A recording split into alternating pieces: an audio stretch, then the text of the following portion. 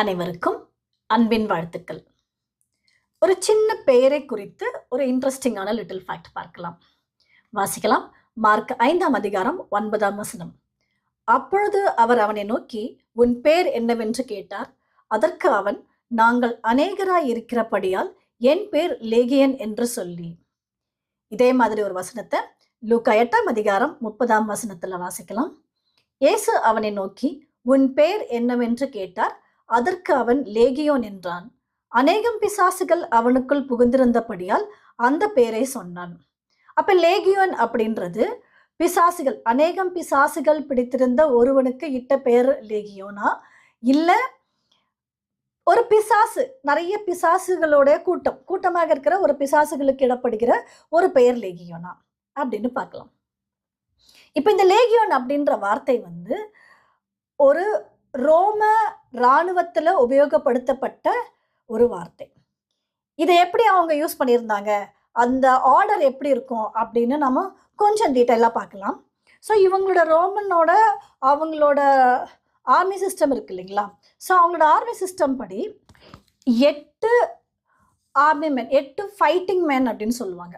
So 8 பேரை கொண்ட ஒரு டீம் எப்படி சொல்லுவாங்க அப்படின்னா ஒரு கான்டபர்னியம் அப்படின்னு சொல்லுவாங்க. ஸோ ஒரு கான்டபர்னியம்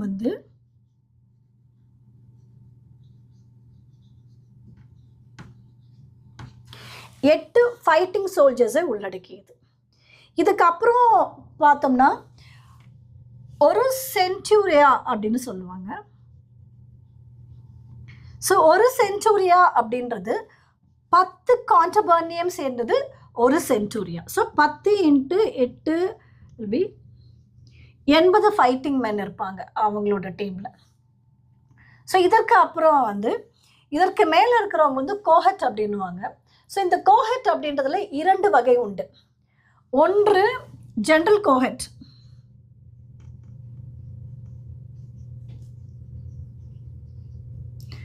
ஸோ ஜெனரல் கோஹட் யாரு அப்படின்னு பார்த்தோம்னா அவங்க கிட்ட 6 சென்ச்சுரியன் உள்ளடக்கினது ஒரு ஜெனரல் கோஹட். அப்போ 6 × 80 480 ஃபைட்டிங் மென் இருப்பாங்க. ஸோ இதற்கு மேலே இருக்கிறவங்க ஃபர்ஸ்ட் கோஹட் அப்படின்னு சொல்லுவாங்க.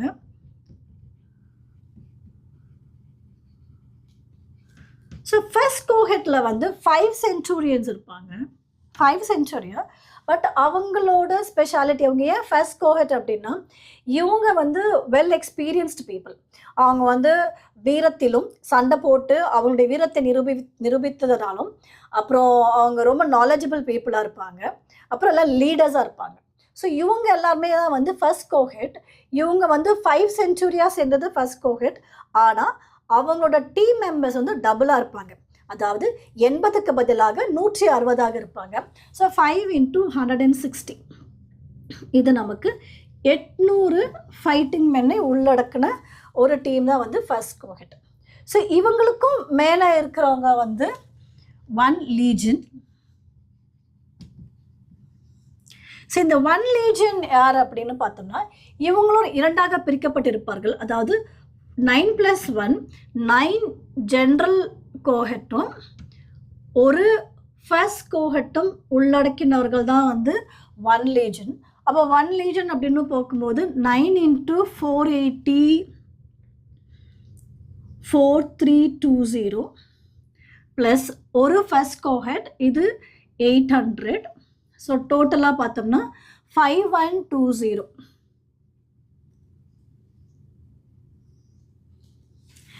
அப்போ ஒரு லீஜன் அப்படின்றது 5120 ஃபைட்டிங் மென் மட்டுமே உள்ளடக்கினவர்கள்.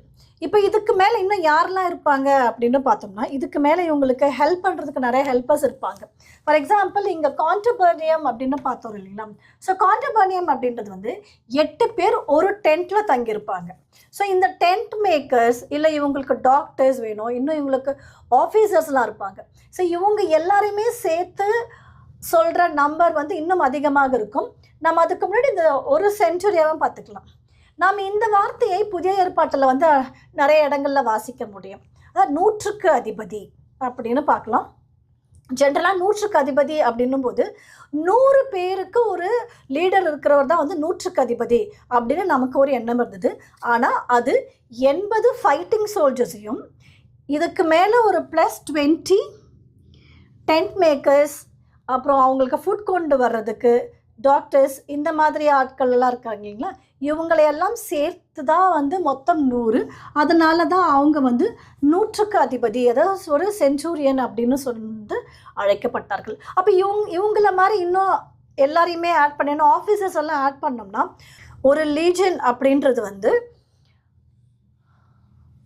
அப்ராக்சிமேட்டாக 6000 இராணுவ வீரர்கள், இராணுவத்திற்கென்று ஒதுக்கப்பட்ட வீரர்களை உள்ளடக்கியது தான் வந்து ஒரு லீஜன்.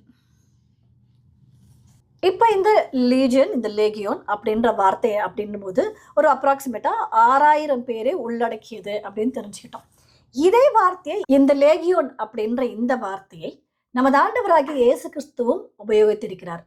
வாசிக்கலாம். மத்தேயு 26ஆம் அதிகாரம் 53ஆம் வசனம். நான் இப்பொழுது என் பிதாவை வேண்டிக் கொண்டால் அவர் 12 லேகியோனுக்கு அதிகமான தூதரை என்னிடத்தில் அனுப்ப மாட்டார் என்று நினைக்கிறாயா? இந்த இன்சிடென்ட் நம்ம எல்லாருக்கும் நன்றாக தெரிந்த ஒரு இன்சிடென்ட்.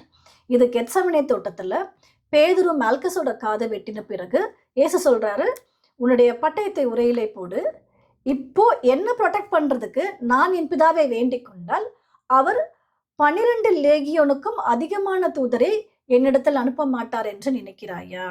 ஸோ அவர் வேண்டிக் கொண்டால் தேவன் அவருக்கு 12 லேகியோனுக்கும் அதிகமான தூதர்களை அனுப்புவார். இப்போதான் பார்த்தா ஒரு லேகியோன் அப்படின்றது வந்து அப்ராக்சிமேட்டாக ஒரு 6000 பேரை உள்ளடக்கின ஒரு படை. அப்போ 12 லேகியோன் அப்படின்னும் போது 72,000 பேரை உள்ளடக்கின ஒரு படை தான் 12 லேகியோன். ஆனால் இவர் வேண்டிக்கிட்டால் அதற்கும் அதிகமான படையை வந்து தேவனால் வந்து அனுப்ப முடியும் அப்படின்னு இங்கே வந்து அவர் சொல்றார். அப்படி பார்க்கும் பொழுது இங்கே இயேசு கிறிஸ்து லேகியோன் அப்படின்ற இந்த வார்த்தையை தேவ தூதர்களுக்கு ஒப்பிட்டு பேசியிருக்கிறார். எனவே லேகியோன் அப்படின்றது வந்து நாம் நன்றாக தெரிந்து கொள்ளலாம், இது ஒரு பிசாசை குறிப்பதாகவோ இல்லை ஒரு பிசாசு கூட்டத்தை குறிப்பதாகவோ இல்லை. இது அதிகமான எண்ணிக்கையை குறிக்கும் ஒரு பேர். அதுவும் வந்து ரோமன் ஆர்மியிலிருந்து எடுக்கப்பட்ட, அங்கிருந்து டிரைவ் பண்ணப்பட்ட ஒரு பெயர் தான் வந்து இந்த லேகியோன் அப்படின்றது நாம நன்றாக புரிந்து கொள்ளலாம். இப்போ இயேசு கிறிஸ்துவை பிடிப்பதற்கு எத்தனை சோல்ஜர்ஸ் வந்தாங்க அப்படின்னு வாசிக்கலாம். யோவான் 18ஆம் அதிகாரம் 3ஆம் வசனம். அதாவது யூதாஸ் வந்து பேண்ட் ஆஃப் சோல்ஜர்ஸ் கூட்டிட்டு வந்தாரு அப்படின்னு எழுதப்பட்டிருக்கும். அப்போ இங்க பேண்ட் ஆஃப் சோல்ஜர்ஸ் அப்படின்ற வார்த்தைக்கு உபயோகப்படுத்தப்பட்ட கிரேக்க வார்த்தை வந்து ஸ்பேரா அப்படின்றது. ஸ்பேரா அப்படின்னா எதுவும் வித்தியாசமாலாம் இல்லை, அது வந்து ஒரு ரோமன் கோஹெட்டை குறிக்கும். அவரு கண்டிப்பாக வந்து ஃபர்ஸ்ட் கோஹெட்லாம் கூட்டிகிட்டு வந்திருக்க முடியாது, ஜென்ரல் கோஹெட் தான் கூட்டிகிட்டு வந்திருப்பாங்க. ஸோ அப்படி பார்த்தோம்னா ஒரு 480 பீப்புளை கூட்டிகிட்டு வந்திருக்கிறார். இயேசு கிறிஸ்து கேட்டுக்கொண்டால் 72,000க்கும் அதிகமான தேவதூதர்களில் வந்து அவரோட ப்ரொடெக்ஷனுக்காக கூப்பிட முடியும். இவர் 480 பேரை கூட்டிகிட்டு வந்திருக்கிறாரு. சும்மா ரேஷியோ பார்த்தா கூட 1 to 150 அப்படின்னு பார்க்குறோம். இதில் நம்ம ஒரு பியூட்டிஃபுல்லாக கவனிக்க வேண்டிய ஒரு விஷயம் இருக்குது. அது என்னன்னா, ஒரு தேவதூதரோட கெப்பாசிட்டி பைபிளில் பழைய ஏற்பாட்டிலலாம் வந்து நம்ம நிறைய இடங்களில் வந்து இந்த தேவதூதர்களோட கெப்பாசிட்டி பற்றி நிறைய இடங்களில் வாசிக்க முடியும். ஆனால் ஒரே ஒரு இடம் இன்றைக்கி நம்ம ஒரே ஒரு இன்சிடெண்ட்டை வாசிக்கலாம். அப்போ நமக்கு அவங்களோட கெப்பாசிட்டியோட அந்த பிரம்மாண்டம் தெரியும். 2 Kings 19 chapter 35th verse. அன்று ராத்திரியில் சம்பவித்தது என்னவென்றால், கர்த்தருடைய தூதன் புறப்பட்டு அசீரியரின் பாளையத்தில் 185,000 பேரை சங்கரித்தார். அதிகாலமே எழுந்திருக்கும் போது இதோ அவர்கள் எல்லாரும் செத்து பிரேதங்களாய் கிடந்தார்கள்.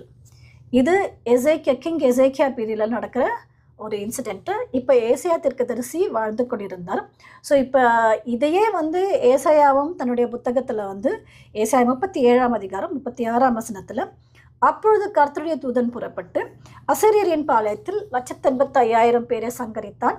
அதிகாலமே எழுந்திருக்கும் போது இதோ அவர்கள் எல்லாரும் செத்து பிரேதங்களாய் கிடந்தார்கள்.